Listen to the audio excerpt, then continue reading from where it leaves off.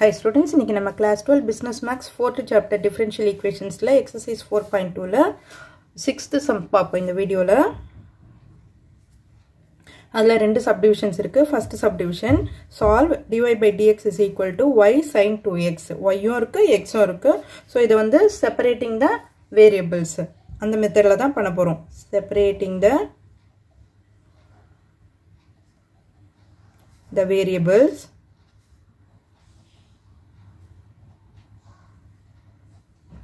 இப்போ y கீழ கொண்டு வந்துருவோம். dy by y is equal to sin 2x into dx.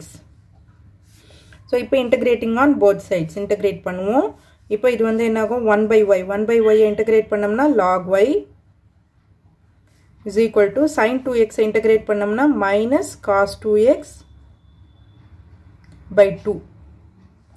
இந்த 2x இருக்குறதுலயே அதையும் integrate பண்ணனும். integrate பண்ணும்போது divisionல வரும். நம்ம differentiate பண்ணும்போது 2x ன்னு இருந்தா differentiate பண்ணி பக்கத்துல போடுவோம் இல்லையா? integrate பண்ணும்போது divisionல போடணும்.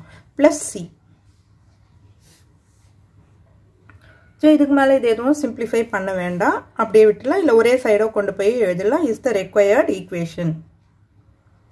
Required equation. அடுத்த சம் பார்ப்போம். Second subdivision log second subdivision பாருங்க log dy by dx is equal to ax plus by. இப்போ இதையும் நம்ம தனித்தனியா பண்ணனும். இப்போ இந்த பக்கம் log இருக்கு, இந்த பக்கம் log இல்லனா log கேன்சல் பண்ணனும்னா என்ன பண்ணனும்? அப்போ இந்த பக்கம் e பவர்ல எழுதிடுவோம் இல்லையா? dx is equal to e power ax plus by.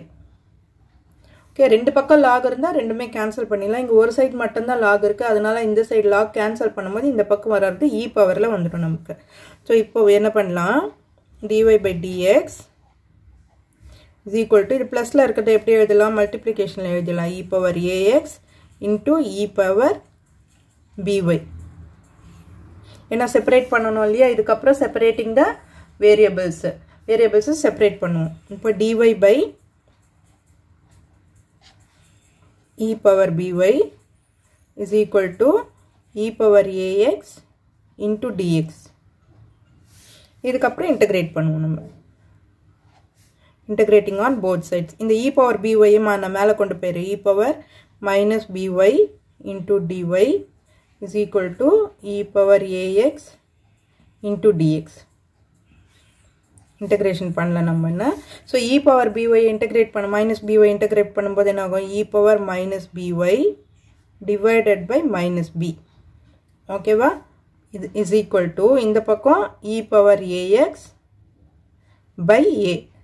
இந்த ax ன்னு இருக்குல இந்த கோஎஃபிஷியன்ட் நம்ம integrate பண்ணனும் plus c. இப்போ இது எப்படி எழுதலாம் நம்ம? e power ax plus c ஒரே சைடு கொண்டு வந்தா எழுதலாம், இல்லாட்டி அப்படியேவும் விட்டுருங்க, ஒன்றும் பிரச்சனை இல்லை. ஸோ இந்த மைனஸ் என்ன ஆகும்? e power minus by by b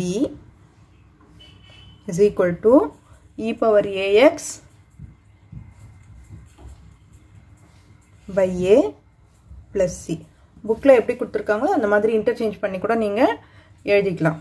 புக்கில் எப்படி கொடுத்துருக்காங்கன்னா இப்படி இந்த மாதிரி கொடுத்துருக்காங்களா? e power ax by a is equal to minus e power minus by by b plus c. ஓகேவா? is the required equation. is the required equation. So இந்த video உங்களுக்கு யூஸ்ஃபுல்லாக இருந்ததுன்னா சப்ஸ்கிரைப் பண்ணுங்கள். மறக்காமல் உங்கள் ஃப்ரெண்ட்ஸோட ஷேர் பண்ணிவிட்டு பாருங்கள் ஸ்டூடெண்ட்ஸ். தேங்க்யூ.